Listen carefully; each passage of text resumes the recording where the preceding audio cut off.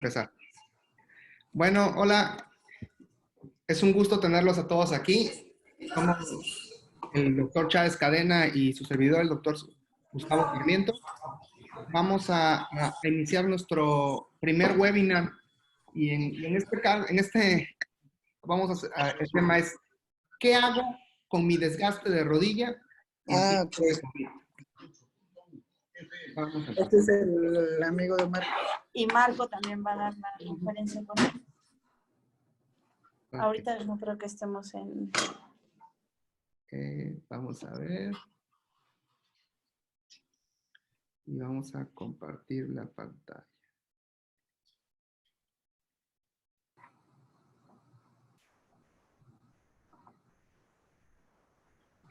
Dígale. Marquito chulo, te mando un beso. Gracias, saludos. Hola, Marquito, soy yo, Aris. Ya me voy a silenciar. Hola. Bye. Perfecto, saludos.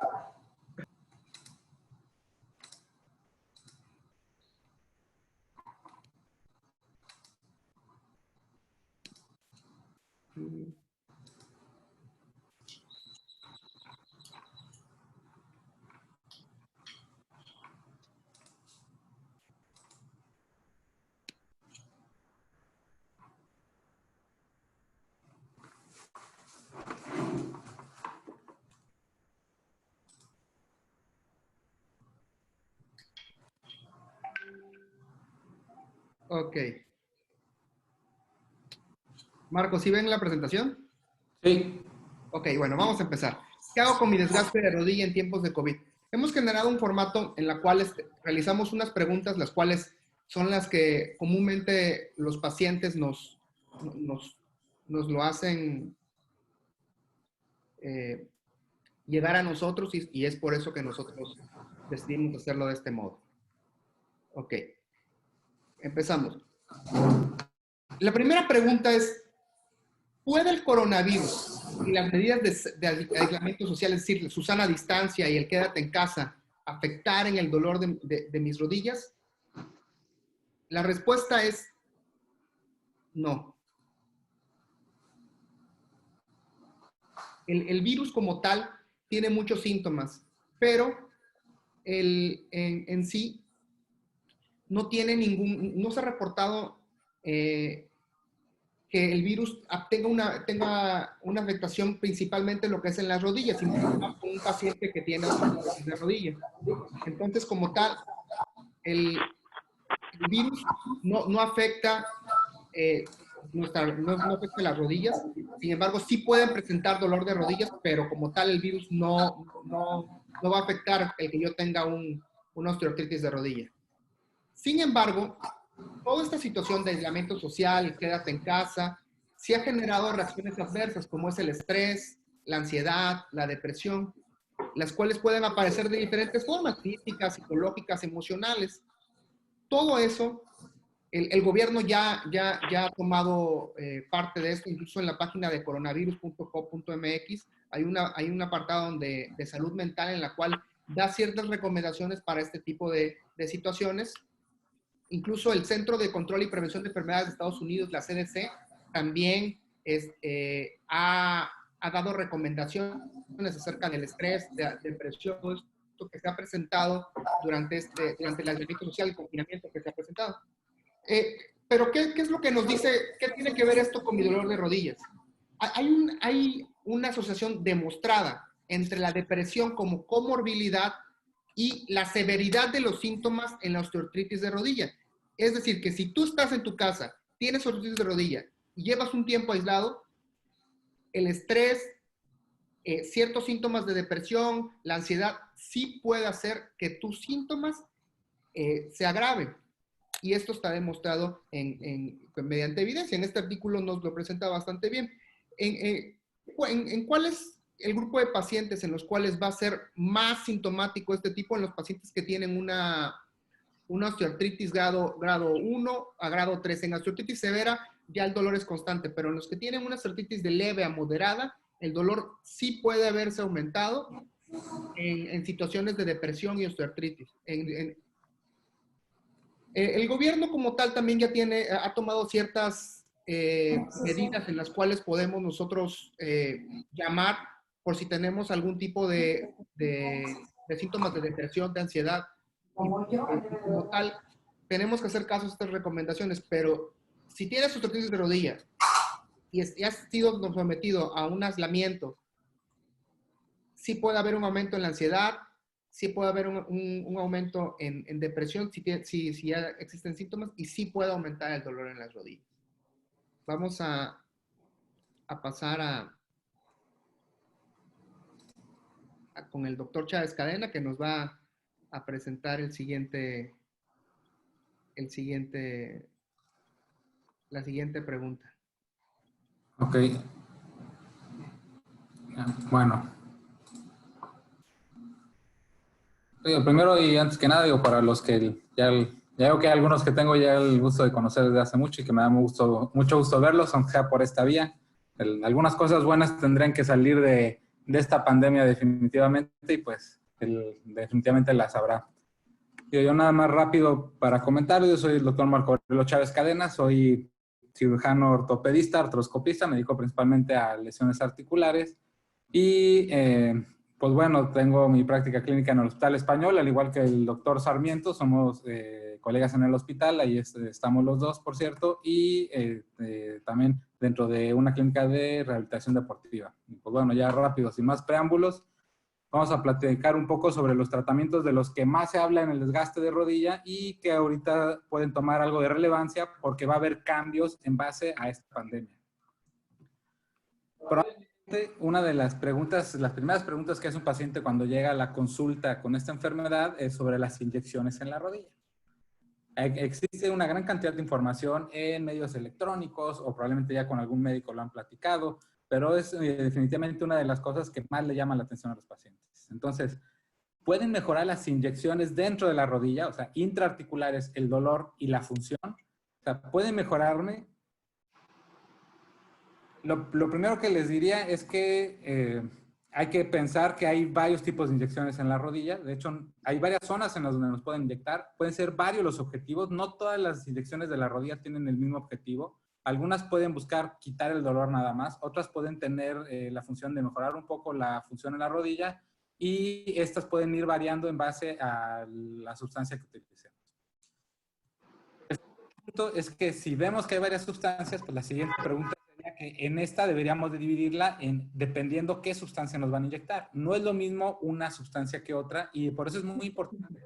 Una causa, vamos a recibir un tratamiento con una inyección en la rodilla, preguntar la sustancia, porque es muy común que los pacientes lleguen a mi consulta después de que ya han sido atendidos en algún otro lado y no saben qué fue lo que les inyectaron. Es muy importante siempre preguntar qué es lo que nos van a inyectar.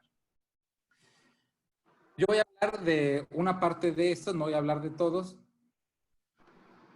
Bueno, lo primero que les voy a decir es que independientemente de lo que les inyecten en la rodilla, no importa cualquiera de los tratamientos de los que vamos a hablar, tenemos que saber los nos y los sís. Lo primero es, ¿para qué nos sirven las inyecciones en la rodilla? Y no sirven para regenerar. O sea, no se nos va a regenerar como si fuéramos una lagartija y nos quitaran la cola y lo mismo pasar y se regenera nuestro cartílago. Eso no va a pasar. No existe ninguna sustancia en el mundo que logre regenerar tal cual el cartílago en un paciente con desgaste articular. No hablaremos del paciente joven deportista con una lesión muy focalizada, hablamos del paciente con desgaste articular. No existe nada que lo regenere, por lo menos no hasta ahorita en la ciencia médica. Lo segundo, pues, no nos va a dejar como quinceañera, no nos va a rejuvenecer las articulaciones ni nada por el estilo. Esto no va a pasar con ningún tipo de tratamiento que nos inyectan en la rodilla o tomado. Y por último, es que no es el número uno, no es lo más importante. De todo lo que podemos hablar de tratamiento en la rodilla, lo más importante es bajar de peso y hacer ejercicio. Son los más importantes. Después de eso ya vendrán los medicamentos para el dolor, que ya el doctor Sarmiento platicará sobre ellos. Las inyecciones que son las que estamos mencionando y terapia física y algunas cosas más. Pero no toma el primer lugar estas inyecciones. Estas inyecciones generalmente se usan hasta después de ya haber iniciado con otros tratamientos. ¿Van a hacer todo esto? ¿Para qué las vamos a usar? Lo primero es que, como ya dijimos, si es un tratamiento con varios estratos y con varias opciones, lo vamos a usar como una parte de un tratamiento que va a tener una serie de tratamientos que juntos nos van a ayudar a quitar el dolor. No va a ser un tratamiento único. Su principal objetivo es ayudarnos a quitar el dolor. Por mucho eso es lo que tiene más información científica donde nos puede ayudar. No a todos los pacientes, que es otro dato importante. No todos los pacientes se van a ver beneficiados por este tratamiento. Y fuera del dolor también se ha visto que puede ayudarnos a que tengamos una mayor actividad física. El dolor y el nivel de actividad física tienen una relación, pero no parece siempre tan directa. Hay pacientes que sin tener tanto dolor tienen poca actividad y pacientes que aún a pesar de referir dolor tienen más actividad física. Entonces, estos dos factores por separado se miden porque muchas veces en el tratamiento del paciente sí muestra una mayor actividad física, aunque el dolor no mejore. Ya estoy escuchando. Ahora, vamos a hablar sobre dos de los principales tratamientos que podemos usar inyectados en la rodilla. Y rápidamente vamos a ver qué función puede tener uno contra otro. En medio va a quedar otro tratamiento, que es el tratamiento con las viscosuplementaciones. Lo explicaré en breve. Yo les voy a mencionar el primero, el más antiguo, el que tenemos más tiempo en nuestra práctica, en la práctica de los ortopedistas y que sigue siendo un arma útil en algunos pacientes, que son los antiinflamatorios esteroideos o esteroides. La gente generalmente lo relaciona con la cortisona, pero la cortisona solo es un tipo de esteroide. Y son medicamentos antiinflamatorios muy potentes que nos ayudan a quitar el dolor y generalmente nos ayudan a que sea muy rápida la mejoría, aunque no dure tanto tiempo. Y sirven muy bien para agudizaciones. Y el segundo serían los tratamientos de las terapias biológicas, que son terapias más nuevas, son terapias que tienden a utilizarse a veces sin todo el fundamento científico, porque no se pueden usar en todos los pacientes. No es raro que el paciente crea que esto le va a regenerar el cartílago y no funciona así, pero sí tienen una función para mejorar el dolor y de hecho tienen también cierto efecto antiinflamatorio. El más común de este grupo es el plasma rico en plaquetas, pero también se encuentran las famosas células madres mesenquimales, o células madre a secas. Este tipo de tratamiento biológico tiene un resultado parecido, ligeramente mejor al que tienen las viscosuplementaciones, que va a hablar el doctor Gustavo Sarmiento. Y lo que me gustaría que se llevaran de estos dos tratamientos sería que el antiinflamatorio esteroideo no es un medicamento malo, es un buen medicamento, pero se debe usar espaciado, no es algo que podamos usar tan frecuentemente. Debemos de usarlo con la idea de que va a quitar el dolor y la inflamación, pero no mejora el estado de la rodilla ni la función y nos puede servir para quitar esas agudizaciones que el paciente no puede ni caminar y tiene más limitaciones. Y en cambio, las terapias biológicas nos sirven para mejorar el dolor un poco más a largo plazo. Todavía es un tema en desarrollo y hay muchos trabajos científicos a favor y en contra, pero ya cada vez se encuentra un lugar más fijo como un coadyuvante, no la terapia principal, como un coadyuvante para ayudar a disminuir el dolor a más largo plazo, de 6 meses a 1 año, y para mejorar ligeramente, al parecer, la función de la rodilla. Fuera de comentario particular para esta etapa, hay que tener por el momento precaución con los antiinflamatorios esteroideos porque tienen el efecto de disminuir la respuesta de nuestro sistema de defensa. Aunque cuando lo inyectamos en la rodilla es menor el efecto que si lo ponemos en la pompa o que si lo tomamos, de todos modos al ponerlo en la rodilla sí se ha visto que puede haber cierto efecto de disminución en las defensas, que no es significativo como para no usarlo de forma habitual, pero en esta época que vivimos de pandemia sí se ha recomendado mayor precaución y por lo tanto se ha tendido a disminuir su uso y dejarlo solo para situaciones muy particulares. Cabe mencionar que en algunos pacientes graves con la enfermedad de COVID y problemas pulmonares usan esteroides, pero es dentro de otro ámbito. Los usan con la idea de limitar el daño por inflamación que tienen estos pacientes, diferente a lo que hacemos nosotros para el paciente con dolor articular. Y la terapia biológica se puede seguir usando con la misma seguridad porque no se alteran con este COVID. Y el siguiente tema, volvemos con el doctor Gustavo Sarmiento. Ok.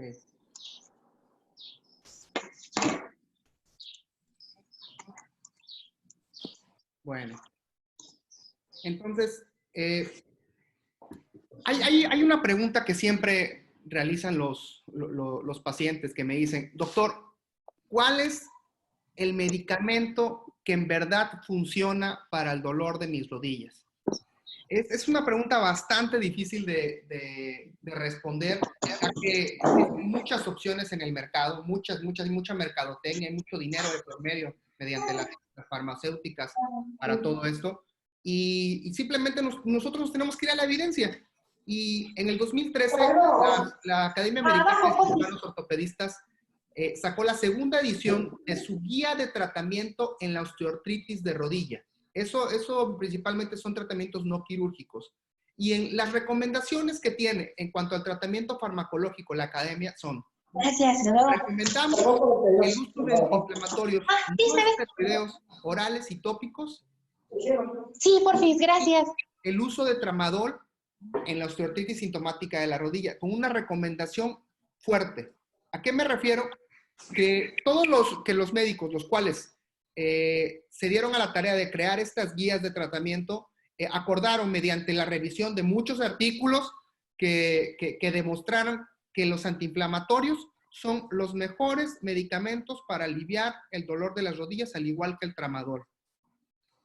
Hay otra, pero me preguntan, doctor, bueno, ¿qué son estos antiinflamatorios no esteroideos? Los antiinflamatorios no esteroideos son medicamentos, son analgésicos, pueden ser analgésicos más utilizados en los adultos.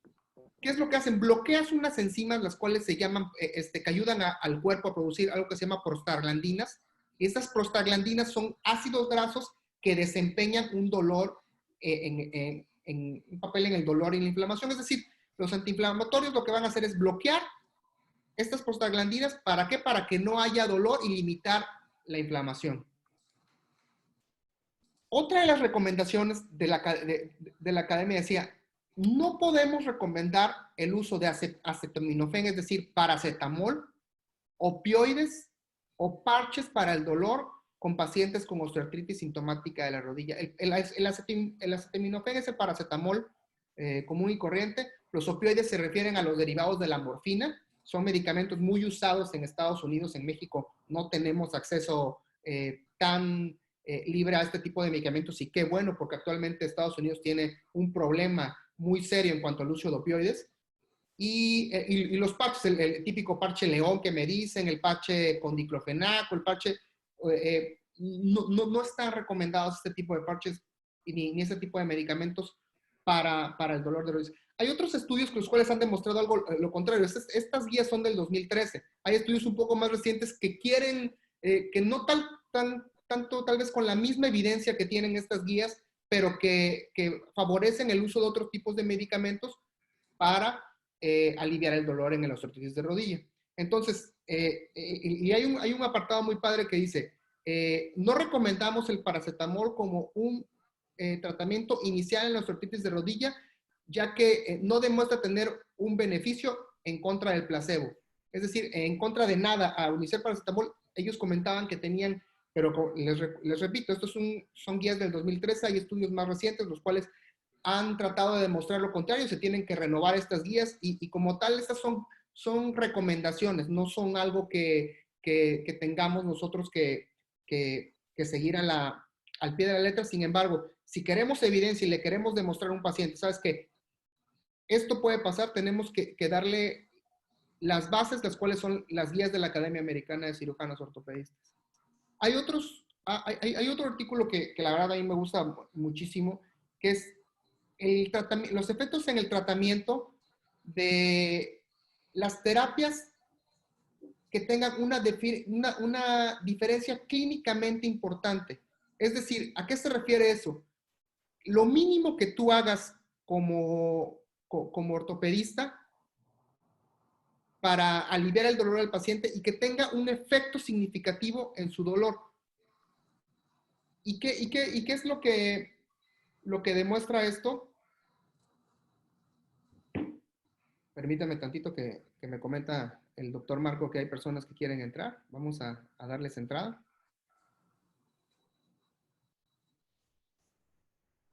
Admitir todo. Aquí está. Perdón. Gracias, Marco, por el aviso.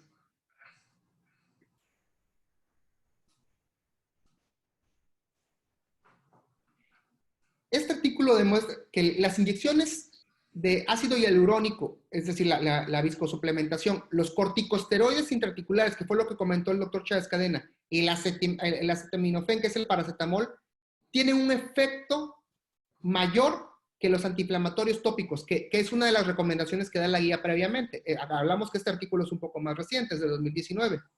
y que el ácido hialurónico intraarticular de mayor peso molecular, es decir, de los mejores, de los que tienen mejor calidad, tiene un efecto relativo mayor que los antiinflamatorios orales no selectivos de la ciclooxigenasa 2, que son los COX-2, como el Celecoxib, el Parecoxib, como el Celebrex, como la Arcoxia, contra ese tipo de medicamentos. Eso es algo un poco controversial que vamos a abordar un poquito más adelante, pero como tal, ¿qué es lo que recomienda la academia? Uso de antiinflamatorios no esteroideos como el mejor tratamiento tomado para aliviar el dolor en pacientes con osteoartritis de rodilla. Hay estudios los cuales comentan el uso durante 4 o 6 semanas. Tienen efectos adversos, por supuesto, como daño a la mucosa gástrica, pacientes con antecedente de úlcera péptica, pacientes con hipertensión arterial, hay que tener cuidado con ellos, pacientes con datos de falla renal, fallas en los riñones, con datos de insuficiencia renal, tampoco pueden estar tomando antiinflamatorios porque hay un daño continuo en el riñón y pueden causar aumentar la gravedad en la insuficiencia renal. Entonces hay que tener muchos cuidados con ellos, pero son los medicamentos más efectivos tomados para aliviar el dolor en la osteoartritis de rodilla. Ok, bueno. Marco, ¿vamos contigo? Ok, perfecto. Bueno, lo siguiente de que vamos a hablar es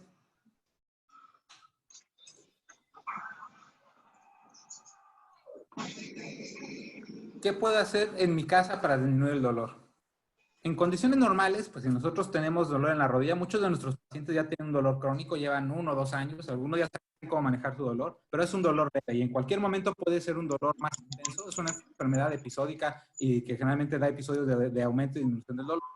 Pero el problema es que en estos momentos con baja disminución en la movilidad y que no queremos ir al consultorio, no queremos ir al hospital, pues es todavía más prioritario el intentar que si nos va a dar una agudización, no sea ahorita y esperar por lo menos un par de semanas o meses a que podamos ir ya con toda tranquilidad al médico. Además, si estamos en espera de una cirugía, como lo vamos a ver adelante, pues no va a ser el momento para que nos la realicen y por eso es más importante el qué puedo hacer en mi casa para disminuir el dolor. Otra forma de verlo es preguntarse si podemos hacer ejercicio en casa o no. Probablemente ahorita lo que se ha incrementado son los pacientes que presentan dolores por un sobreuso o una mala técnica en actividad deportiva. Llegan a su casa, tienen tiempo, hacen ejercicio sin supervisión y generalmente aumentan mucho el tiempo respecto a lo que estaban haciendo antes y por eso tienen lesiones. Y aunque queremos achacar al ejercicio, realmente no es el ejercicio, es mala técnica. En este caso es algo similar. El paciente con desgaste articular, aún el paciente que tiene desgaste articular, puede perfectamente realizar ejercicio y de hecho es parte del tratamiento. Parte del tratamiento del desgaste articular es el ejercicio. Contrariamente a lo que a veces, o a veces hasta en lugares no especializados nos dicen, no es que esté contraindicado o que el paciente deba estar como muñequita de porcelana sin hacer nada. El paciente debe hacer ejercicio y ejercicios de intensidad fuertes en cuanto a que el músculo se fatigue para que puedan ganar volumen muscular, porque entre más volumen muscular tengan, menos les va a doler. Realmente lo que tenemos que pensar es que no vamos a correr, obviamente, porque si el problema es el desgaste en las rodillas, el aumentar el impacto como correr puede multiplicar hasta el 10 el efecto de la gravedad, va a ser algo no adecuado, pero sí podemos hacer ejercicios ya sea sentado o parado y sin que nosotros estemos dándole la carga del peso ni aumentando significativamente la carga de peso. A este respecto, lo primero que hay que entender es que el paciente con desgaste articular sí puede caminar. De hecho, el cartílago, que es el recubrimiento que tienen nuestras articulaciones, se alimenta al caminar. El cartílago es un tejido muy especializado que no tiene vasos, no le llega sangre como el resto de nuestros tejidos, que los vasos llegan y le dejan caer con la sangre los nutrientes. En el caso del cartílago, este se alimenta por un mecanismo de bombeo que se activa con el impacto cíclico repetitivo de bajo grado, que en español es caminar. Entonces, aún el paciente con desgaste articular tiene indicado caminar. Si dejara de caminar, de todos modos se seguiría desgastando la rodilla. No es cierto que eso desgaste más la rodilla. Y solo hay cierta duda en los pacientes que les genera dolor al caminar, si deben seguir haciendo esta actividad o no. Antes teníamos dudas si el paciente decía que con o sin caminar le dolía, si recomendamos la caminata o no. Actualmente ya sabemos que si el dolor es igual, camine o no, es mejor caminar. Y que de hecho si el dolor es muy poco, después de caminar se detiene, aún en ese caso es mejor caminar, aunque sea 15 minutos diarios, que no hacer ninguna actividad. Porque en un estudio donde compararon dos grupos de pacientes que a uno los ponían a caminar 15 minutos y a otros no, los que caminaron los 15 minutos, a pesar de que tenían algo de dolor, terminaron más tarde en una cirugía de prótesis, que es cambiar la rodilla por una nueva de metal y plástico. Entonces, la caminata sí está indicada. Solo en el caso de que el dolor sea muy intenso, los incapacite realmente, no lo podemos hacer. Ahora, obviamente hay ejercicios que no nos van a someter al riesgo de que nos generen dolor. Y la caminata, aunque sí está indicada, no la vamos a indicar 2 o 3 horas y no va a ser nunca el único ejercicio. Es muy importante este tipo de ejercicios. Estos ejercicios, la mayoría de ellos se llaman isométricos, pero hay otro tipo de ejercicios similares que son como levantar y bajar la pierna extendida, al principio sin peso, luego con peso, y algunos otros similares que nos ayudan a mejorar la movilidad de la rodilla, nos ayudan a mejorar la fuerza y generalmente esto a la larga nos ayuda a quitar el dolor. La bicicleta es otro buen ejercicio, pero no lo pueden usar todos los pacientes. La rodilla tiene varias zonas de función mecánica y hay una zona de función mecánica de la rodilla que trabaja mucho cuando doblamos y estiramos la rodilla, que es lo que hacemos en la bicicleta. Entonces, de los pacientes con desgaste articular, va a haber unos que la bicicleta les siente muy bien como ejercicio y otros no. Otros ejercicios de gimnasio que normalmente toleran bien los pacientes son la elíptica o el esquí nórdico, que también generalmente son ejercicios de bajo impacto. Y la apuesta más fácil que generalmente todos los ortopedistas nos vamos son los ejercicios acuáticos, que obviamente al quitar el efecto de la gravedad son de los que mejor tolera el paciente con desgaste articular, pero hay que ponernos en los zapatos del paciente y sabemos que este tipo de ejercicios tienen un costo mayor y además necesitan un traslado y una serie de mecánicas para la vida diaria del paciente que a veces no son posibles. Ahora, generalmente cuando el paciente va iniciando, lo ideal es que estuviera en un ambiente con terapia física y que el terapeuta fuera el que le pusiera el programa de ejercicios que el paciente después siga reproduciendo en casa. Muy probablemente la forma ideal de agregar estos ejercicios a su vida diaria sea justo antes o después de hacer alguna otra actividad física que los ayude a mantener el ejercicio porque les guste hacerlo. Ya sea haciendo, por ejemplo, yoga, pilates, tai chi, de ejercicios que son de bajo impacto, que puedan hacer en un ambiente social con otras personas, obviamente no ahorita. Y en estos momentos, pues buscar con la persona que vivamos, compartir la actividad física o por video, como estamos ocupando en esta ocasión la capacidad de conectarnos a la misma hora con algún amigo, con algún conocido y hacer el ejercicio juntos a través del video que nos ayude y nos motive a mantener la actividad física. Pero es muy importante no dejarlo, estar en casa. Pueden encontrar algunos ejercicios en internet. Si es mucho el dolor, lo ideal sería primero que lo viera terapia física. Y de hecho ya hay modalidad de videoconsulta en terapia física y en ortopedia, que antes no era algo que pensáramos. Actualmente la consulta ortopédica en línea ya es una opción. Algunos pacientes se tendrán que ver en vivo, pero ya hay muchos que se están haciendo en línea y se están usando herramientas tecnológicas para hacer lo que normalmente haríamos en vivo. Bueno, esto es en cuanto a actividad física. Entonces la respuesta breve sería, sí tengo que hacer actividad física. Lo primero sería una actividad física que no me genere dolor, una actividad física que no me haga cargar mucho peso en la rodilla y acondicionarme a lo que vea que me la acomoda mejor a mi rodilla o no. Y ante la duda, preguntar con un ortopedista o un fisioterapeuta. Y el siguiente tema vamos a seguir con el doctor Sarmiento. Ok, Marco.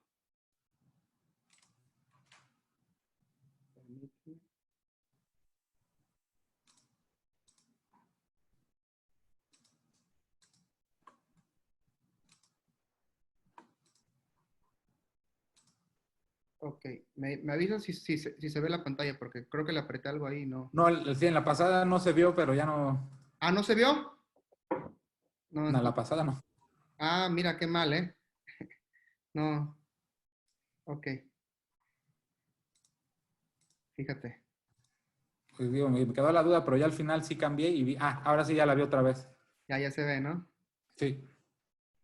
Ok, bueno, de los medicamentos que en verdad funcionan, pues esto nada más para que vean en las imágenes. Estas son las guías de la Academia Americana de Cirujanos Ortopedistas, es como aparecen. Estas son las recomendaciones. Permíteme tantito. No, aquí está. Esas son las recomendaciones. Ok, ese es el estudio que les comentaba. Y bueno, ok. Ahora, hay mucho, los pacientes también preguntan bastante acerca de las terapias alternativas en lo que es permíteme, las terapias alternativas. ¿Qué funciona? ¿Qué no funciona? ¿Qué puedo hacer? Muchos pacientes, a pesar de que tal vez ya se les ha comentado, tal vez no tienen el conocimiento de esta información, que lo que comentan es que en verdad funciona de todo lo que se dice, que puede funcionar para quitarme el dolor. Entonces, igual, volvemos a la evidencia. Igual, existen lo que son las guías de tratamiento para los artritis de rodilla de la Academia Americana de Cirujanos Ortopedistas y también tiene ciertas recomendaciones para esto. Entonces, en la recomendación 3A de la Academia dice, no podemos recomendar el uso de acupuntura en pacientes con osteoartritis sintomática de la rodilla. Y esto es una recomendación fuerte. La acupuntura es principalmente de medicina tradicional china, en la cual muchos pacientes han recurrido a ellas y hay incluso estudios publicados, los cuales recomiendan el uso de la acupuntura como una terapia alternativa para la osteoartritis de rodilla. Sin embargo, esto tiene mucho que ver con la fuerza que tengan estos estudios que se han realizado, con el nivel de evidencia, es decir, ¿qué tan real es lo que se está publicando? Entonces, se revisan todo lo que se ha escrito acerca de esto y no hay artículos los cuales tengan la suficiente fuerza para decir que funciona como tal la acupuntura para el tratamiento de la osteoartritis de rodilla. Vamos a otro. Este es un estudio realizado 3 años después de que realizaron lo que es las guías en las cuales el efecto de la acupuntura en el dolor crónico de la rodilla derivado de la osteoartritis. Es un estudio con un nivel de evidencia grado 1, es un estudio con una fuerza muy fuerte. Es un metaanálisis, no es un estudio aleatorizado de pacientes, pero es un estudio con un nivel de evidencia muy fuerte, en el cual demuestra de que la acupuntura sí puede mejorar en corto y largo tiempo la función física, pero solamente va a dar un alivio en corto tiempo para aliviar los síntomas de dolor en un paciente con dolor crónico por la osteoartritis. Es decir, que solamente lo puedes utilizar para que te la quite por un corto tiempo, tal vez para permitirte tomar tal vez una decisión acerca de una cirugía o no, o acerca de un tratamiento o no, pero de que puede funcionar, sí puede funcionar a corto tiempo. Y este es un estudio con una evidencia bastante fuerte, realizado 3 años después de que se realizaron las guías, que en su actualización de las guías probablemente cambien ciertas cosas, pero tendríamos que hacer más estudios para decir que en verdad funciona o no funciona la acupuntura como un tratamiento alternativo para la osteoartritis de rodilla. Otra terapia alternativa que comenta la academia son agentes físicos, es decir, lo que son los TENS, modalidades electroterapéuticas, es decir, aparatos que se ponen en la rodilla para aliviar los síntomas. Y la recomendación fue no concluyente porque sí hay ciertos estudios que tal vez el ultrasonido pueda disminuir la inflamación, pero como tal, se refiere al estudio a aparatos de electroterapia, no se recomienda el uso porque no hay una evidencia lo suficientemente fuerte para decir que esto funciona. Son terapias tal vez un poco caras, que no va a presentar un beneficio significativo para el paciente. Entonces no recomiendan lo que es el uso de este tipo de maniobras para el tratamiento del dolor en la osteoartritis. Ahora, terapias manuales, es decir, los masajes, sobar, ir con alguien que me talle o algo, para la osteoartritis, principalmente para el desgaste articular de la rodilla, no funcionan. La misma academia también lo pone en sus guías y haciendo una revisión de bastantes artículos, no hay algo que te diga que en verdad funciona. Tal vez ustedes se pregunten, bueno, ¿por qué habla tanto de evidencia y tal, todo eso? Porque la experiencia de uno como ortopedista tiene que ir de la mano de lo que está escrito, de lo que está demostrado científicamente, porque yo no puedo hablar tal vez de mi experiencia personal porque no es, en medicina no es válido y en ortopedia tampoco. Hay un artículo muy famoso que decía, ortopedistas, ¿qué somos? ¿Artistas o científicos? Y la conclusión es de que somos ambos, tanto artistas como científicos, porque nuestra experiencia sí nos da cierta validez para poder tomar ciertas decisiones. Pero sí tenemos que tener algún tipo de evidencia para poder recomendar, y mucho más cuando son terapias tal vez un poco caras que el paciente tiene que gastar en ellas y que probablemente no le vayan a funcionar. Hay algo que ha tomado mucho énfasis y mucho... No podríamos hablar de modas porque ya hay incluso estudios realizados. El uso del cannabis, el uso de la marihuana en la práctica ortopédica. Ya hay como tal varios estudios que comentan el cannabis como parte de tratamientos en la práctica ortopédica. Lo que yo les puedo decir es que en niveles, en evidencia, no hay algo que te diga que esto funcione como tal, que tenga un estudio lo suficientemente fuerte para decir, esto está funcionando, pero lo que sí les puedo decir es de que hay resultados prometedores. Bueno, puedes decir, bueno, doctor, es que me dice que el cannabis puede funcionar o no puede funcionar. Hay estudios ya realizados, principalmente en Estados Unidos, donde ya hay algo de legalización en este tipo, en las cuales, como ven ahí en la presentación, ponen cannabis herbal, es decir, la marihuana, la hierba, y medicamentos, los cuales contienen como el marinol, el sesamet, o el nabiximols, el cannabidol, que es el CBD, el tetracannabidol, el Epidolex. Lo que funciona principalmente para tratamiento del dolor son principalmente lo que funciona con mucho más evidencia, que es el cannabis herbal y lo que es el THC, que es el tetracannabidol, que tienen efectos psicoactivos, pero que sí funcionan y que sí tienen una evidencia de que pueden funcionar en el tratamiento del dolor. Son medicamentos que no tenemos a la mano en México y nosotros no podríamos decir, ¿sabe qué? Esto le puede funcionar, en primera porque es algo que no está legalizado en México, pero que sí existe evidencia en otros países que puede funcionar. Tal vez las dosis no están estandarizadas y no sabemos cuánto puede contener de THC pero es algo que es prometedor, que no hay la suficiente evidencia para decir que funcione del todo, pero que se está utilizando. Entonces, es algo que está en el limbo, este tipo de tratamientos. Ahora, hay otro tipo de medicamentos que es como la glucosamina y chondroitina, el famoso X-Ray, el Bartalón, diferentes marcas y tipos de medicamentos que contienen glucosamina y chondroitina. Entonces, ¿alivia o no alivia el dolor? Alivia el dolor en etapas tempranas, no regenera el cartílago, la glucosamina y chondroitina no regenera el cartílago, pero en pacientes con una osteoartritis severa es un medicamento que no va a funcionar. También tenemos que hablar como el efecto placebo de los medicamentos a nivel psicológico.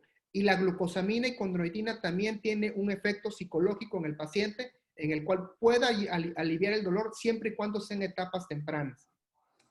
Pero en etapas ya más avanzadas con una osteoartritis severa, es algo que no funciona. El X-Ray no te va, ni el Bartalón, ni nada que contenga glucosamina y chondroitina, no te va a aliviar el dolor, y en una osteoartritis severa tampoco te va a aliviar el dolor.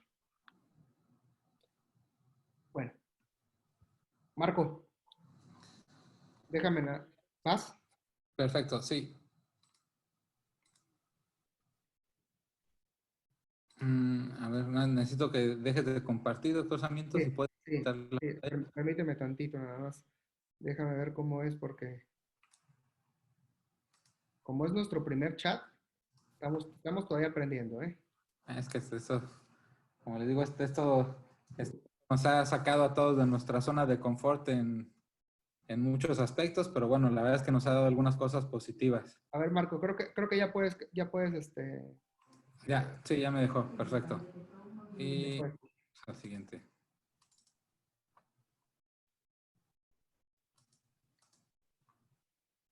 Y en un segundo. Vamos desde aquí. Bueno.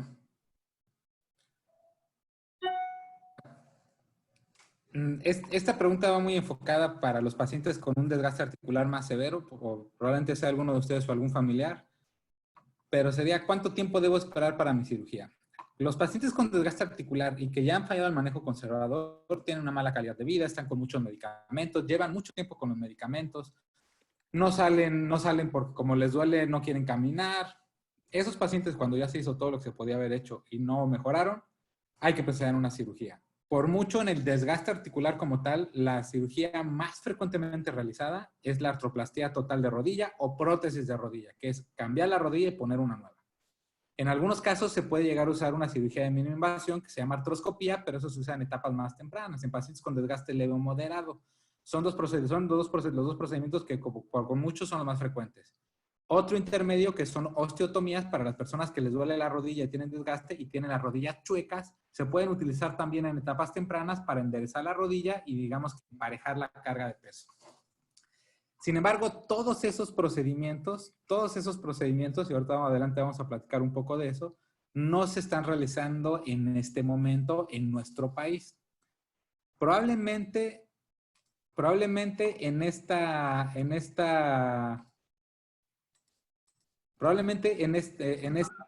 pregunta, déjenme ver, porque creo que ya algo me vi aquí, ya estamos.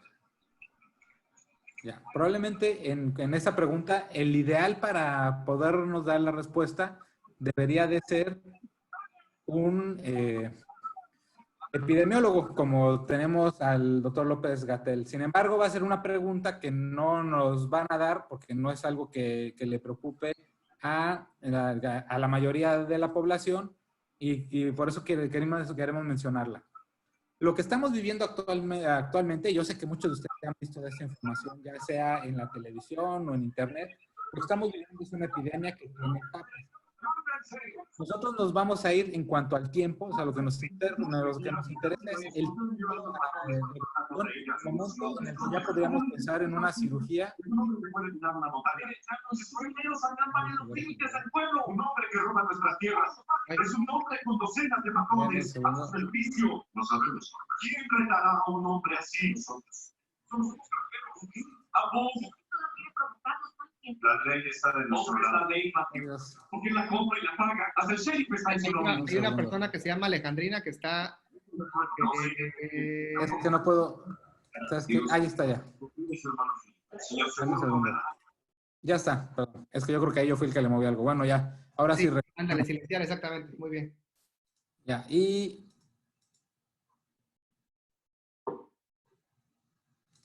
Denme un segundo para compartir la pantalla y nada más. Otra vez. Oh, Dios. Déjenme ver un segundo. Se cerró, dame un segundo porque se cerró. Déjame ver, porque si no ahorita se... No, yo no soy yo el de ahorita nada, deja que reinicie la pantalla.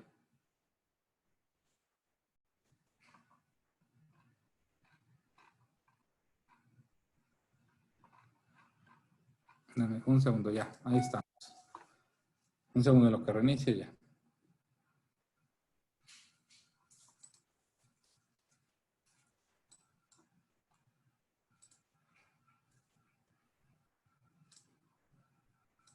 Ya está. Ok, otra vez, ahora sí.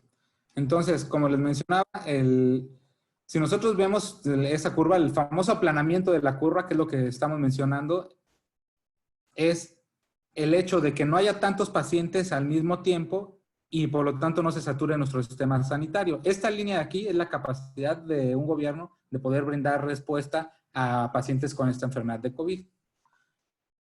Si no se hiciera ninguna intervención, si no estuviéramos todos encerrados en casa, que como les digo, tiene sus puntos positivos porque nos da la oportunidad de estar con ustedes hoy, Si no tuviéramos este encierro, entonces lo más probable es que la epidemia se comportara así. Sería un pico muy alto, tal vez duraría menos tiempo, pero nuestros servicios sanitarios se saturarían y no habría capacidad para atender a todos los pacientes con esta enfermedad. En cambio, si aplanamos la curva, en vez de hacer un pico, la hacemos más plana, va a haber de todos modos contagios, pero no vamos a llegar a saturar, o esperemos que no lleguemos a saturar el servicio, pero entonces lo que va a pasar es que se va a prolongar en el tiempo.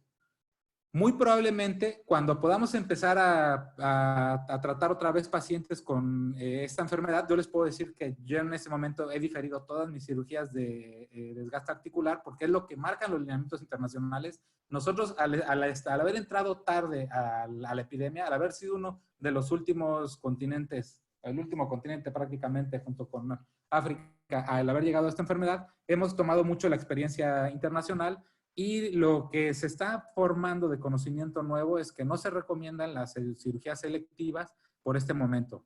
Es muy probable que cuando empiece a descender esa curva en México, que estamos hablando más o menos como por julio, se empiecen a abrir otra vez las cirugías selectivas, pero esto no es algo que se pueda predecir fácilmente, porque de hecho va a variar entre cada país. En Estados Unidos ya hay algunos lugares donde están hablando de abrir cuando ellos están todavía en el pico, y cada país va a tomar decisiones diferentes como ha tomado en el resto. Pero lo más probable es que un paciente que necesite una cirugía para este evento, en el mejor de los casos, se empiece a pensar como algo factible a partir de junio.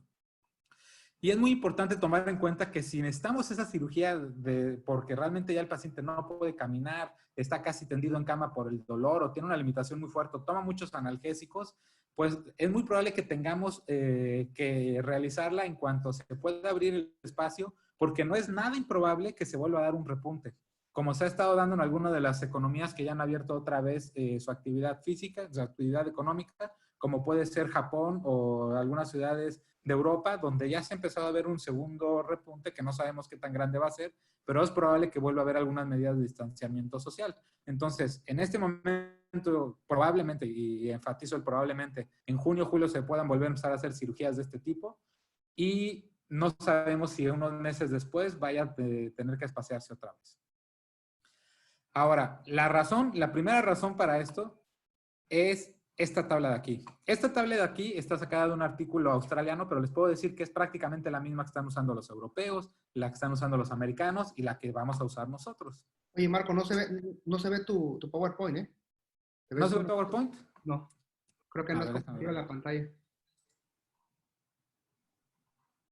Dame un segundo.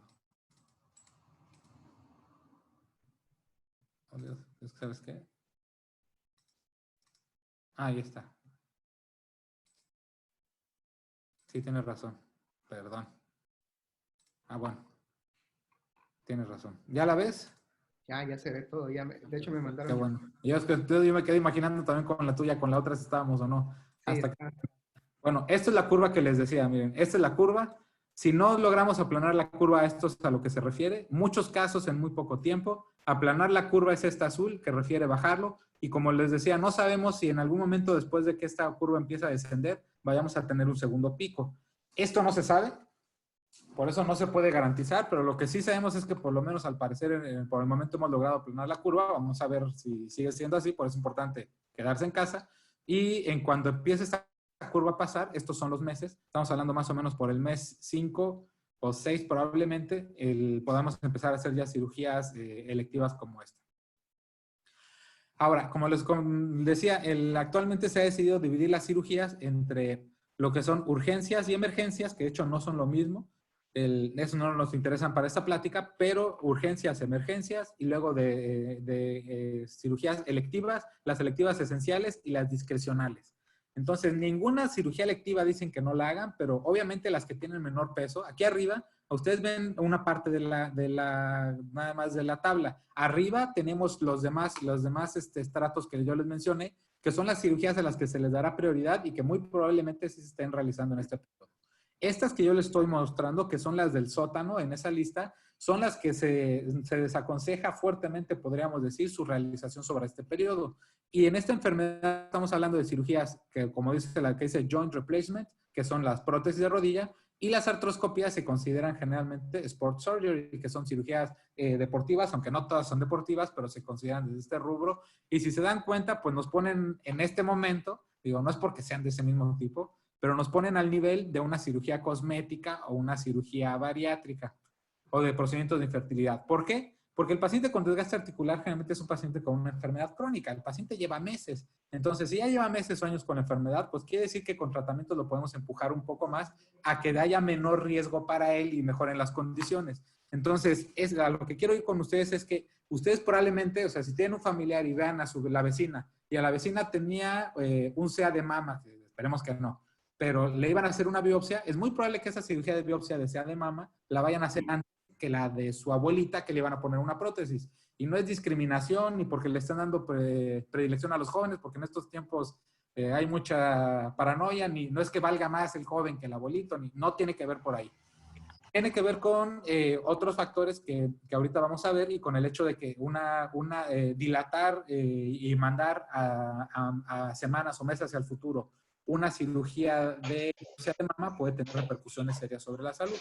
Y el desgaste articular, pues como les digo, podemos tratarlo y prolongarlo un poco más sin que tenga realmente tanto riesgo para el paciente. Ahora, esta imagen que también ustedes ven y que yo creo que ya la... Pero no era eso, era un botón que no había picado. Pero está bien, para...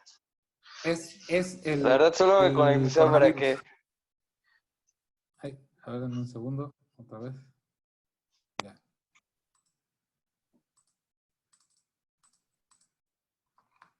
Dame un segundo, ya. Ah, perfecto.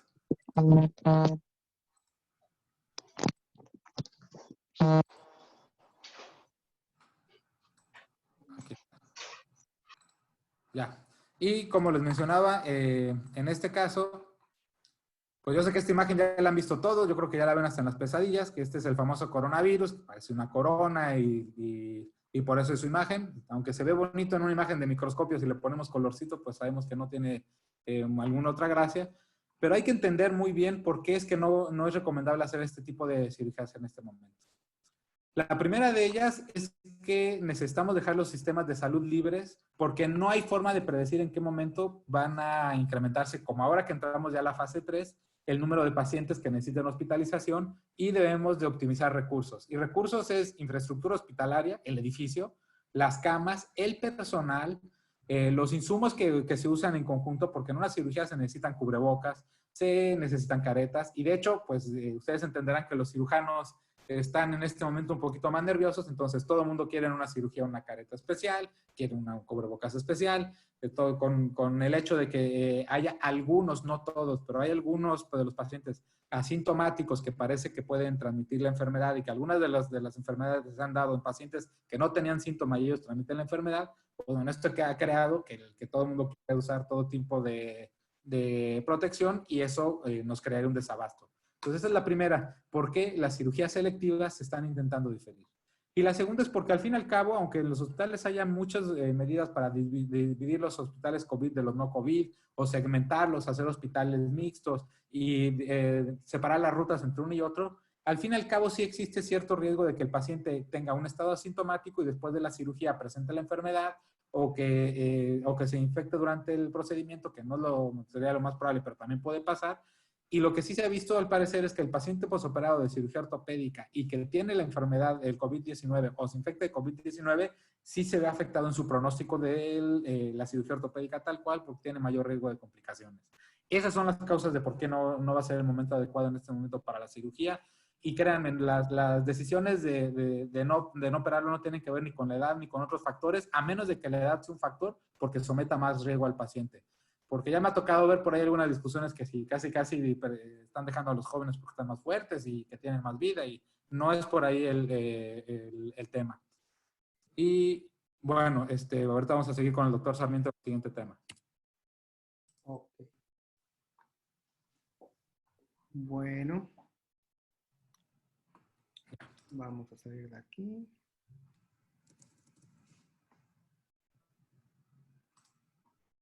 Y compartir pantalla. Permítanme.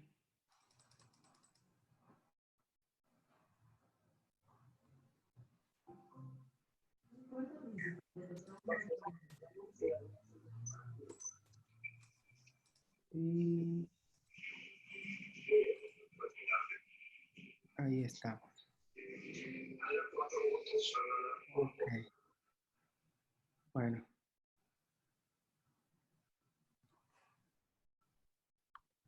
Ok. Bueno, esta es una pregunta muy difícil en cuanto a para contestar a los pacientes, porque es una pregunta que siempre hacen, es algo que sinceramente, si a un médico no se lo ha pensado 2, 3 veces para contestar esa pregunta, yo creo que estaríamos diciendo una mentira. ¿Cómo saber cuál es el tratamiento indicado para mí? Les quise poner esta imagen, tal vez, si ven eso, dice, compartir la decisión, hacer compartir la decisión con los pacientes para tomar una decisión en pacientes con osteoartritis de rodilla y de cadera.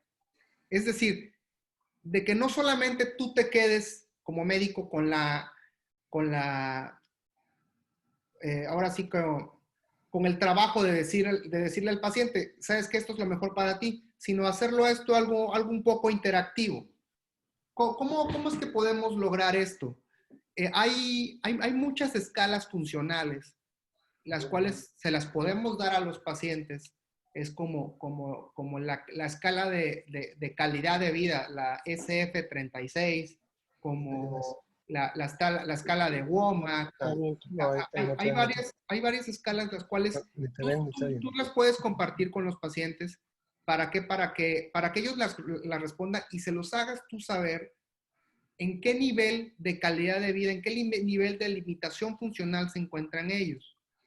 Hay algo que se le conoce como calidad años vida a los pacientes. Y es lo que nosotros le tenemos que ofrecer a los pacientes, calidad años vida.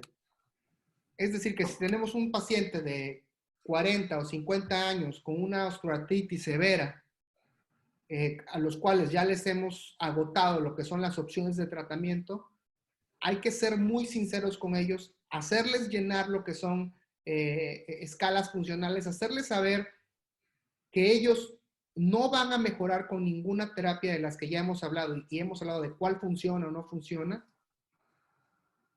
y que ellos mismos tomen la decisión con nosotros. O sea, ponerles todo en la mano a los pacientes para que ellos tomen la decisión con nosotros también. Y eso demostró, por lo menos en este artículo, que se los comento así, dice, resultados de un estudio aleatorizado, controlado, con un nivel de evidencia 1. O sea, esto que les estoy presentando aquí es un estudio lo cual puede cambiar completamente el tratamiento, lo cual demuestra que funciona en verdad para la satisfacción y para el beneficio de un paciente.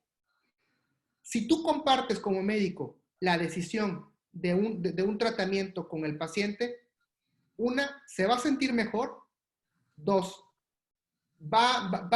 el paciente va a tener aparte un efecto tanto físico como psicológico en el paciente que está funcionando, y el nivel de satisfacción del paciente siempre va a ser mucho mayor que si tú solamente como médico tomas la decisión. Y eso incluye para todos, como para el tratamiento tomado, como los antiinflamatorios que ya dijimos que funciona, que no funciona, para las terapias intraarticulares, como comentó Marco, la viscosuplementación, el plasma rico en plaquetas, las células madre mesenquimiales, lo que son la misma cirugía, lo que son las modificaciones en el estilo de vida, la fisioterapia, la terapia física, de las terapias alternativas, qué funciona, qué no funciona. Hacerles saber, darle todos estos elementos al paciente para que tomen la decisión con nosotros. Entonces, ¿cómo les puedo contestar esa pregunta? ¿Cómo saber cuál es el tratamiento indicado para mí? Cuando la decisión se haya tomado, tanto con el médico como por ustedes, pacientes, para que esto funcione. Hacerles saber, ponerles a la mano toda la información para saber en qué etapa están ustedes y qué puede funcionar para el tipo de problema que ustedes tienen. Y si en un momento ya agotamos todos, que la cirugía va a ser y en cuanto a cirugía, hablo a la artroplastía de rodilla, a la prótesis de rodilla. Va a ser el tratamiento ideal para ustedes. Esto va a tener un mejor resultado, un mayor grado de satisfacción y el paciente se va a sentir mejor en cualquier de los niveles, tanto tratamientos tomados como terapias invasivas, como no invasivas o incluso la cirugía. Entonces, no les voy a decir cuál va a ser el tratamiento indicado para cada uno de ustedes, sino que es una decisión que se tiene que tomar en conjunto con el médico, por lo menos es lo que yo hago. Y está demostrado que en la práctica médica es lo que funciona, compartir la responsabilidad con el paciente. O sea, tú darles los elementos y que entre los dos decidan qué es lo mejor para uno. Esto es lo que está demostrado que es lo que funciona. Como tal, no hay un tratamiento estandarizado para la artritis de rodilla. No hay algo que se diga, para este paciente hay que hacerle esto, esto y esto. No existe eso. Pero mediante este tipo de decisiones compartidas, podemos llegar a un nivel de satisfacción del paciente muy, muy alto. Entonces, no hay una terapia estandarizada, no existe. Como ustedes saben, hay una cantidad impresionante. No podríamos terminar tal vez de nombrar las terapias que existen para las artritis de rodilla. Pero por lo menos en esta presentación nosotros les hicimos saber qué funciona, que tenga una evidencia científica que en verdad funciona, qué no funciona, y en cuanto a la decisión, qué es lo mejor para mí, es algo que se tiene que compartir tanto como el médico como con el paciente. Iba a entrar en mucha controversia si me metía a hablar de que esto es lo mejor, porque no existe, no hay una respuesta exacta para esto, sino el mejor tratamiento es el que puedan decidir entre el médico y el paciente, que tenga un nivel de evidencia científica, la cual está comprobado que funciona. Esa sería la respuesta para esta pregunta. Vamos a ver, Marco, para ponerte. Sí. Permíteme. Me voy a hacer anfitrión. Perdón. Aquí está. Ok, perfecto. Creo que, no sé si ya puedes compartir. Ya estoy ahí. Ya me ves, ¿no? Sí. Perfecto. Bueno. Ahora, vamos a hablar, y ahorita voy a explicar primero qué es esta técnica, cuál es el papel de la artroscopía en la artrosis de rodilla. Este es un tema importante porque demuestra, yo creo que la visión de lo que nosotros hacemos en medicina. Nosotros lo que hacemos, lo que realizamos es una actividad científica, como muy bien dijo el doctor Sarmiento, y uno tiene que entender que la ciencia no busca la verdad, la ciencia busca acumular conocimiento. Y de hecho la ciencia nunca llega a declarar que tiene una verdad, por eso hay hipótesis y hay leyes, pero nunca van a ver que hay una verdad sobre la teoría del universo ni nada por el estilo. Y de esa misma forma, eso nos permite recular y cambiar posturas y modificar y hacer cambios ligeros o radicales en nuestros tratamientos. Si uno ve la literatura de desgaste articular de principios de este siglo, estamos hablando probablemente del 2001 al 2005, en las cirugías que se hacían en ortopedia en Estados Unidos, ortopedia me refiero a todo, columna, mano, rodilla, todo lo que ustedes pueden imaginar que se haga con huesos, tendones y articulaciones en los seres humanos, de las primeras 5 cirugías que más se hacían, 3 eran artroscopías de rodilla, cruzados anteriores, lesiones de menisco y desgaste articular. Actualmente, la artroscopía para el desgaste articular per se ya no se usa. Y ahorita vamos a platicar por qué mencionamos este tema aquí. Porque no es lo mismo, y aunque parezca igual, créanme que hay una gran diferencia que la que vamos a platicar, pero no es lo mismo el hecho de que la artroscopía no se usa para el desgaste articular a que no debamos de operar a ningún paciente con desgaste articular vía artroscópica, que a veces se confunde. Entonces, no es que el que tenga desgaste articular lo contraindique, o sea, no quiere decir que si tiene desgaste articular nunca va a entrar una artroscopía, no. Lo que quiere decir es que si yo lo que quiero quitar o lo que quiero ayudarlo es por desgaste articular, la artroscopía no es la mejor opción. Sin embargo, como vamos a ver, esto es la artroscopía. La artroscopía es una cirugía de mínima invasión, donde eso tenemos una rodilla, se hacen pequeños orificios que miden menos de 2 centímetros, metemos una cámara e instrumental muy pequeño, y entonces nosotros vemos en un monitor la imagen de la rodilla y sin tener que abrir la rodilla resolvemos muchos problemas. Eso es la artroscopía. Es una cirugía de mínima invasión, tiene menor riesgo que una cirugía abierta, más rápida de recuperación. Sin embargo, cuando se empezó a ver en esos famosos metaanálisis que les mencionó el doctor, los metaanálisis son estudios que estadísticamente, y eso queda muy bien con lo que estamos viviendo ahora, uno tiene que entender que en medicina la estadística es una cuestión altamente compleja. Por eso yo sé que de repente empiezan a debatir todos con los números de ahora de la epidemia y de lo que hizo un médico y otro. Bueno, es que en medicina los números no son exactos, no funciona esto como si fuera la casa de bolsa, no funciona como si fuera un motor y pudiéramos sacar el torque del motor. Y a veces uno como paciente cree que así es. Yo, de hecho, me acuerdo muy bien de un paciente que iba a hablar cuando yo era residente de una cirugía a su hijo, y cuando le dijeron que no le podían garantizar el resultado de la cirugía, el señor lo primero que les dijo es que pues él se dedicaba a arreglar licuadoras y que no podía entender cómo nosotros que llevábamos tanto tiempo estudiando y con tanta tecnología, no podíamos garantizar un resultado, y él que arreglaba licuadoras sí podía garantizar resultados.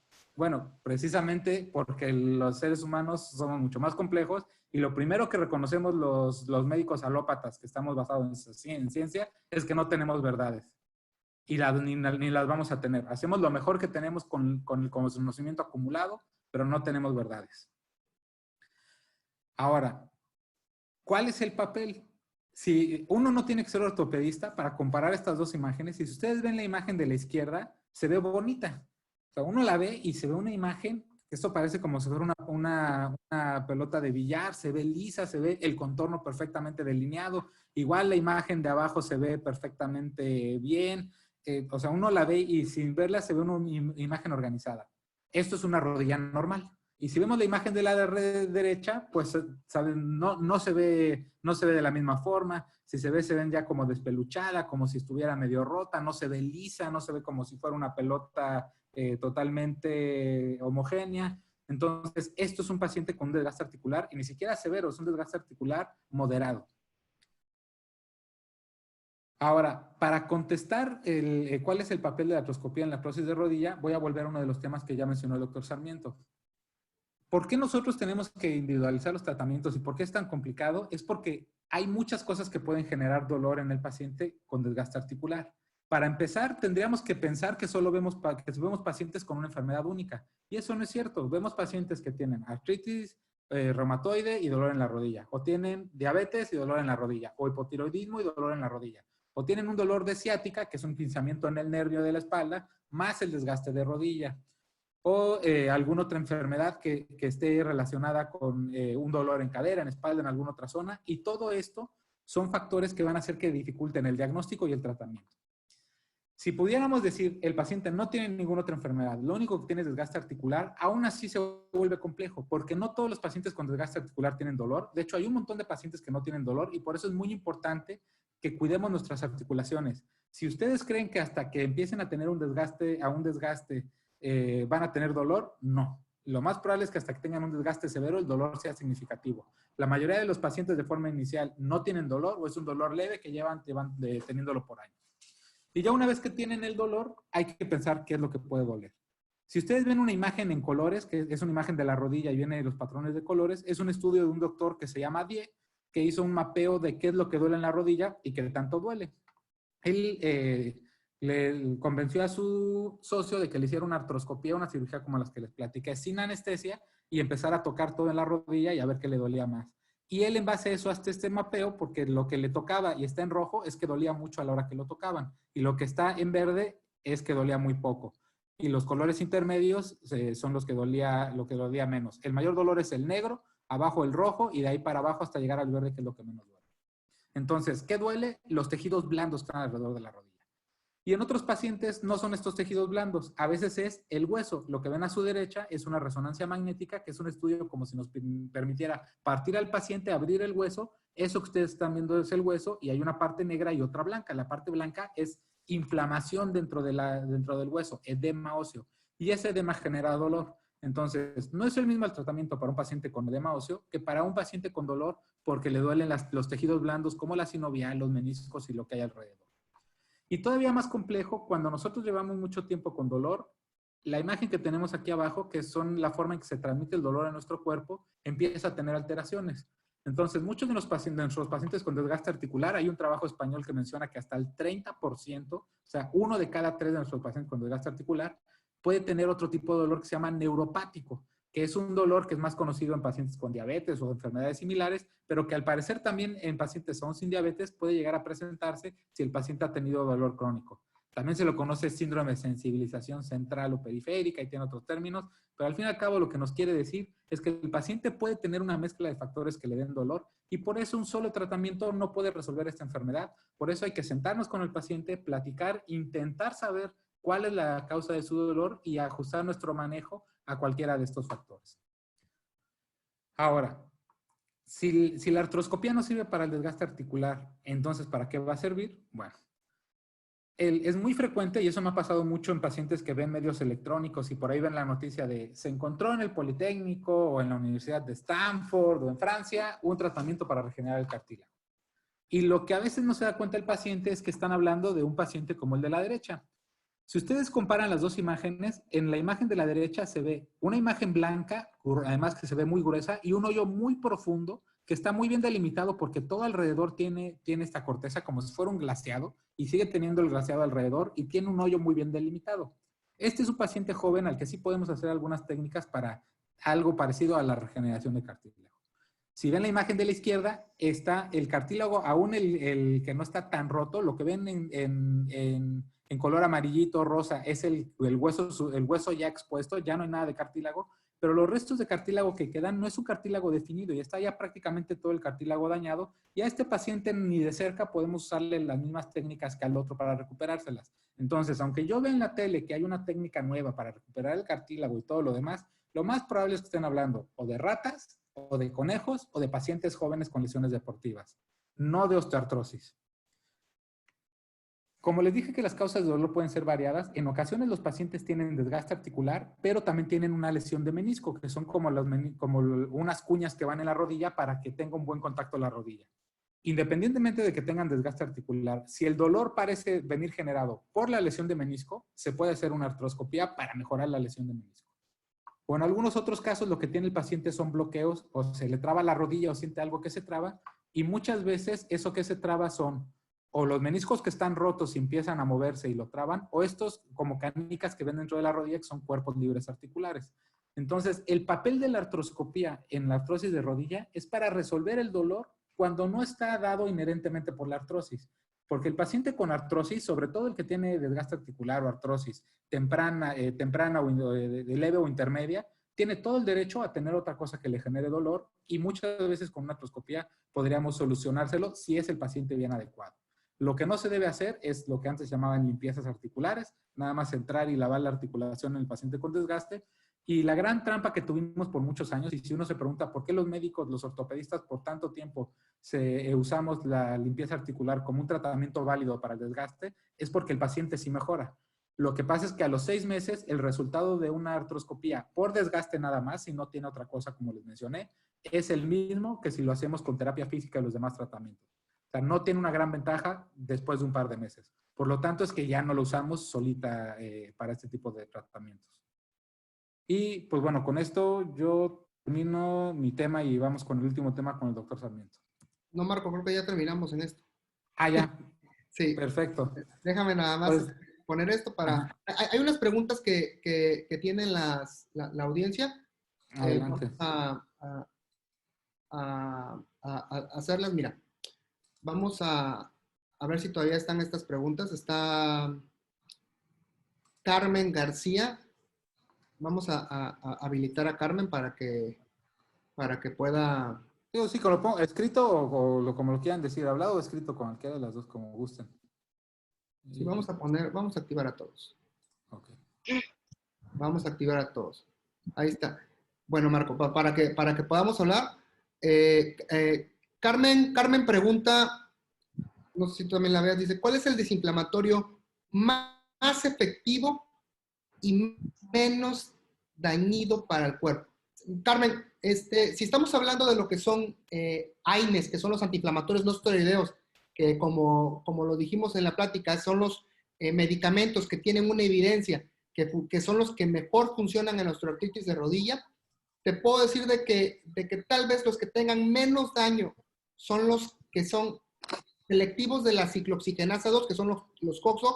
Los más comunes en México son como el Celecoxib y el Etoricoxib, que es el Celebrex o el Arcoxia, o otro tipo, porque ya hay diferentes tipos, pero son los primeros que hubieron. En cuanto a potencia, probablemente de los antiinflamatorios más potentes que existan son la indometacina y tal vez el diclofenaco. Sin embargo, ellos tienen un efecto muy, muy dañino en lo que son la mucosa gástrica. Pero como tal, el uso de los antiinflamatorios sí va a estar muy relacionado en cuanto a la dosis. Hay estudios demostrados de que una dosis única al día puede ser totalmente comparada a dosis altas, y hay estudios más nuevos, por ejemplo, en el Etoricoxib, como la Arcoxia, que dice que una dosis de 90 miligramos es igualmente efectiva que una dosis de 120 miligramos, incluso hay otros estudios que dicen que una dosis de 70 miligramos es lo mismo que una dosis de 90 miligramos. Entonces, si yo te puedo decir cuál es el antiinflamatorio más efectivo y menos dañino, ningún antiinflamatorio no es dañino, porque todos tienen un cierto efecto tanto gastrointestinal como a nivel general en los riñones. Es como si le estuvieras dando una piedrita. O sea, los daños de cierta manera, si es un riñón solo, tienes menos posibilidades de tener un daño renal, pero de que pueden causar un daño, también pueden causar desangrado y también pueden causar un desequilibrio en la presión arterial. Marco, ¿quieres agregar algo para esto? Sí, digo, efectivamente, como dijo muy bien el doctor Sarmiento, todos los medicamentos a largo plazo tienen un efecto. Siempre nosotros, cuando mandamos un medicamento, balanceamos el riesgo contra el beneficio. Yo lo que le digo a los pacientes, a veces uno tiene la mala impresión. Marco, ¿no se escucha? No se escucha. Ya, perdón, ok, ya. Te decía, como dijo el doctor Sarmiento muy bien, hay medicamentos que son más seguros en cuanto a algunas cosas, como lo intestinal, como los COX-2 que mencionó. Todos tienen a la larga cierto riesgo y a corto plazo, porque uno puede ser algo que no puede saber. Pero al fin y al cabo, también tener una enfermedad sin tratamiento tiene riesgos. A veces uno cree que aguantarse el dolor no tiene riesgos, pero el dolor crónico y sobre todo el dolor intenso crónico predispone al paciente a enfermedades. Entonces, también aguantarse y no tomar medicamentos, si tengas un dolor, te vas a someter a algunos riesgos. Y en algunos casos puede haber un paciente que responda mejor a uno que a otro. Empezamos con ciertos medicamentos con mayor efecto antiinflamatorio, como muy bien lo menciona el doctor, pero sí puede llegar a haber un paciente que, independientemente de todo, sienta mejoría con algún otro analgésico, y eso por eso se tiene que ir ajustando y platicándolo bien con el paciente. A veces podemos cambiar 1 o 2 veces el analgésico hasta encontrar el que le sea ideal para el paciente. Siempre buscamos la menor dosis que nos dé el objetivo terapéutico, que es controlar el dolor. Entonces, muchas veces empezamos dosis altas y luego vamos bajando las dosis. Pero no hay ningún analgésico inocuo. Todos van a tener cierto efecto negativo después de cierto tiempo. Ok. ¿Hay otra pregunta, Marco? Esta dice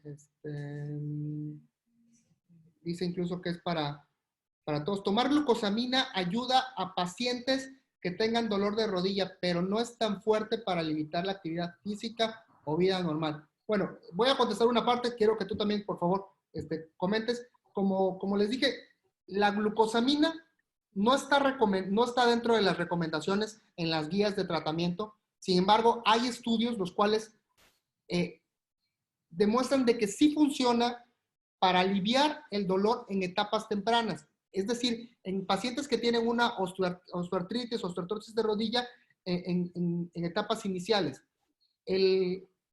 La glucosamina no regenera el cartílago, no es un antiinflamatorio propio, pero sí ha ayudado a disminuir el dolor en etapas tempranas de la osteoartritis. En etapas ya, en una osteoartritis severa, la glucosamina no va a quitar el dolor, no va a regenerar el cartílago y pues van a hacer un gasto en eso. Hay otra cosa, la glucosamina no sube la glucosa sérica del paciente. Entonces, para que sepan algo, que me dicen, es que yo no puedo tomar glucosamina porque tengo diabetes, no tiene nada que ver la glucosamina con la glucosa. Entonces, pues, digo, para que vayan por ahí. ¿Algo más que quieras agregar, Marco? Sí, bueno, este tema, esos medicamentos se llaman condroprotectores. Como muy bien lo mencionó el doctor, hay un montón ya, que si el colágeno hidrolizado, que el colágeno no desnaturalizado. Son medicamentos que en general en las guías internacionales no hay una recomendación fuerte porque no hay todavía estudios suficientes y porque la respuesta es muy mixta. Y muy mixta a lo que me refiero es que hay pacientes que de repente mejoran, que otros no. Pero probablemente el mejor paciente sea el que tú estás mencionando. Un paciente joven que no tiene un dolor intenso, ese generalmente es el paciente adecuado para condroprotector porque tiene un desgaste articular, como muy bien dijo el doctor, leve o moderado, entonces es más probable que responda a la glucosamina. En cambio, el paciente con un desgaste severo no va a responder y por eso no son candidatos a. Y también ha habido algunos estudios, por ejemplo, en deportistas, para pacientes que van a ser sometidos a una carga intensa, darles condroprotectores con el objeto de evitar el dolor. Hay un experimento que hicieron con escaleras sin fin y pusieron a sujetos a subir escaleras hasta que les doliera la rodilla, en estas como caminadoras, pero de escalera. Y a uno les dieron condroprotector y a otro no. En este caso les dieron colágeno tipo 2 no naturalizado y el dolor apareció de forma más tardía. Ahora, con los condroprotectores pasa algo muy similar a lo que pasa con los cubrebocas. No sé si ustedes habrán oído hablar al doctor López-Gatell sobre los cubrebocas, pero una de las cuestiones que él pone como precaución en los cubrebocas es que a veces da una falsa sensación de seguridad. O sea, a veces si uno trae cubrebocas en la calle, cree que ya está protegido.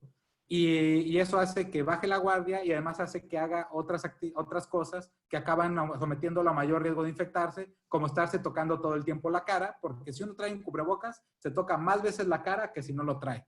Y es difícil que uno se infecte por el virus en el aire, pero es muy fácil que se infecte de tomarlo en la cara. De la misma forma, el condroprotector, lo que pasa es que el paciente deja el resto de los tratamientos que son más importantes. O sea, si me dicen qué es más importante, bajar de peso y hacer ejercicio o la glucosamina, es más importante bajar de peso y hacer ejercicio. Porque el paciente llega con sobrepeso, no mueve un dedo, pero se toma su glucosamina desde hace 2 años. Eso no funciona así. La glucosamina es un coadyuvante cuando el paciente está haciendo bien su tarea. Y yo no lo recomiendo usar si no hacen bien su tarea. Pero en el paciente joven con dolor ocasional, yo sí creo que es una buena terapéutica, porque generalmente es un paciente con bajo desgaste. Aunque si es muy constante el dolor, aunque sea de baja intensidad, muy constante me refiero a que lleva más de 4 o 5 semanas con dolor constante, aunque sea de baja intensidad, sí valdría la pena que lo revisaran. Ok, hay otra pregunta, son 2 más, digo, para ya no extendernos más. Yo creo que sí terminamos de contestar estos. Son 3, pero sí la acabamos. ¿Qué se recomienda en dolor agudo de rodilla en un adulto mayor para que no acuda al hospital y qué cosas puede hacer en casa para prevenir que tenga un dolor intenso para no acudir al hospital en este momento? Si es un adulto mayor, las recomendaciones son claras por parte de la Secretaría de Salud. Quédate en casa, no salgas, es lo indicado, no ir a consulta, no es una urgencia médica, pero el dolor sí es algo que puede ser. Entonces, ¿qué es lo que podemos recomendar? Si no hay una contraindicación relativa o absoluta para tomar antiinflamatorios, el tomar antiinflamatorios sí te va a ayudar, ya sea celecoxib, etoricoxib, diclofenaco, el que le sienta mejor. Y empezar a realizar ejercicios isométricos como los que puso el doctor Chávez Cadena para fortalecer el cuádriceps, para todo eso, aunque parezca algo que digan, es que ¿cómo me va a ayudar esto? Sí le va a ayudar y sí me va a ayudar a disminuir el dolor, porque eso sí está en las recomendaciones de las guías.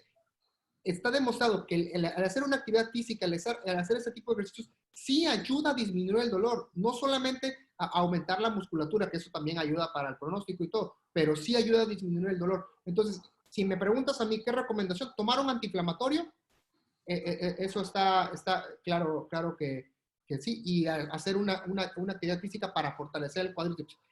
Tal vez en YouTube pueden encontrar muchos videos para fortalecer cuádriceps y todo eso que les pueden ayudar bastante bien. Marco, ¿quieres agregar algo más? Sí, de hecho, yo me parece que efectivamente va por ahí exactamente lo que les dice el doctor. O sea, lo que tenemos que hacer es, primero, si es un dolor muy intenso, que el paciente es prácticamente insoportable, si es del 1 al 10, 1 es muy ligero, 10 es el peor dolor que haya tenido en su vida. Si está en un 8, 9 o 10 de intensidad y ya le dieron un analgésico de prescripción, que no es de prescripción médica, uno de esos que compran en farmacia, como ibuprofeno o algo por el estilo, ya le dieron algún analgésico simple, le pusieron una pomada y no mejora, pues ver si es necesaria la consulta. Pero hay que intentar no llegar a ir a la consulta, como dice él, efectivamente por lo que nos recomiendan. Entonces, yo lo que le he estado recomendando a mis pacientes es, primero, generalmente siempre les recomiendo bastones y andaderas, ahorita más. Entonces, no bajar la carga física porque tienen que hacer ejercicios, pero tienen que diferir la carga mecánica. Entonces, hacer ejercicios, pero para la hora de caminar, subir escaleras, usar asistencia, o bastón o andadera para disminuir la carga mecánica y que les permita caminar. Eso les va a disminuir el riesgo de que tengan una agudización, pero, y que tengan movilidad, porque es mejor caminar con andadera que no caminar. Porque a veces yo sé que como que en México las mujeres son mucho antes muertas que sencillas, y ponerles un bastón es casi como si les quisiéramos imponer el tipo de ropa que usan, no lo quieren usar, pero el bastón les va a ayudar a bajar la carga mecánica. Entonces, disminuyan la carga mecánica sin dejar de caminar, usen asistencia, hagan ejercicios como le mencionó el doctor, pueden usar manejo tópico, pomadas, calor, frío, que puede ser dependiendo de lo que le ayude a generar el dolor, e intenten no ir al médico si no es muy intenso. Pero si es muy intenso, pues más vale una consulta que de plano un dolor que no los deje ni dormir y acaben teniendo otros riesgos. Ok, hay dos preguntas. No sé si quieras, la pomada de árnica y alimentación. La alimentación tiene un poder muy significativo en el dolor, ¿eh? De hecho, en alimentación este tema es un tema muy complejo y llega a tocar muchas aristas, y yo les diría que aunque hay mucha discusión entre médicos, si ustedes juntan un grupo de especialistas en desgaste articular a nivel mundial, las vacas sagradas, los que más saben de estos temas, si los ponen en una misma mesa, no se van a poner de acuerdo. Va a haber cierta discusión, va a haber consensos, el consenso, por ejemplo, en cuanto a bajar de peso y el ejercicio, pero va a haber muchos temas en los que no se pongan de acuerdo. La dieta, aunque sea uno de ellos, sí hay información de lo que nos conviene. ¿Y qué nos conviene? Algo parecido a la dieta mediterránea. Uno de los puntos que se ha visto, bueno, lo primero, mantenerse delgado, una dieta que nos ayuda a mantenernos delgados, y la otra es el consumo del tipo de grasas. Hay que preferir las grasas de omega 3 contra las de omega 6, lo que son las grasas buenas, y esto tiene que ver con que los omegas se usan, nuestro cuerpo los usa para producir sustancias inflamatorias. Las sustancias inflamatorias no son malas, nuestro cuerpo necesita sustancias inflamatorias para vivir. Lo que está mal es que hay un predominio de sustancias inflamatorias, o que sean sustancias inflamatorias de gran potencia. Las sustancias inflamatorias que nuestro cuerpo hace con los omega 3 son de menor potencia que las que hace con omega 6. Por lo tanto, lo que parece ser que en desgaste articular sería una buena idea es el predominio de grasas de omega 3, que es algo parecido a lo que es en dieta mediterránea, aceites no cocinados, aceite de olivo, el aguacate, el aceite de coco, sin exagerar, porque nada que nos suba de peso, por más sano que comamos, si comamos mucho vamos a subir de peso. Eso sería más o menos por la dieta. Y en cuanto a las pomadas, sí, de hecho, tan solo tocarse una zona con dolor ayuda a quitar el dolor. Si a ustedes les duele una muela, se llevan la mano ahí, no solo por mostrar la zona, sino porque hay un efecto analgésico con tan solo tocarse. Mayor si ponemos una crema, no quiere decir que sea la terapéutica ideal para dolor severo, pero una crema puede servir. El árnica tiene cierto efecto antiinflamatorio, no es la que más se indica para desgaste articular, pero en los pacientes que ya la han usado y les funciona bien, no tendrían por qué descontinuarla, y nada más buscar que sí sea de árnica y no andar comprando pomadas que tengan 1000 cosas o que no estén seguros del origen de la sustancia. Pero sí se puede usar los manejos tópicos, ya sea con cremas de diclofenaco, ketorolaco, con algún otro fitofármaco, como hay varias en el mercado que tienen plantas, y sí se puede usar la pomada de árnica como manejo del dolor. No sé si quieres comentar algo. Hay otra pregunta nada más, rápido, para ya terminar, para no pasarnos del tiempo. Hay una sobre el uso del calzado y rodillera. Mire, yo la verdad no he leído nada, o sea, sobre algún calzado que te provoque, o sea, que hay una contraindicación para usar un calzado. Eso tiene mucho que ver con cada persona, pero sí sobre rodillera, si quieres, no sé si me puedes ayudar con lo del calzado, pero con la rodillera, la academia no recomienda el uso de ningún tipo de rodillera, porque hay rodilleras específicas para osteoartritis. Una buena rodillera, esa es Don Joy, específica para osteoartritis, te puede estar costando tal vez unos 25, 35 mil pesos. Fácil, este tipo de rodilleras. Y no hay una evidencia que funcionen este tipo de rodilleras para la osteoartritis. Entonces, si la pregunta es, si alguna rodillera me va a ayudar para la osteoartritis, no hay una evidencia que funcione. El hecho de tener algo que esté apretando ahí probablemente sí pueda ayudar porque disminuye lo que es la presión, sí va a ayudar a disminuir el dolor, pero también tienes que saber de que el uso crónico de este tipo de rodillas también puede causar una hipotrofia muscular que a la larga te va a causar ser contraproducente en este tipo de situaciones. Pero no hay una recomendación como tal para el uso de rodilleras, sino si el calzado quieras agregar algo. Sí, hay un par de trabajos más para artrosis de cadera que de rodilla. La verdad es que yo lo que he encontrado es información muy pobre y no me parece, porque sí, de hecho en Estados Unidos hubo algún tipo de calzado que decían que disminuía el impacto y cosas por el estilo.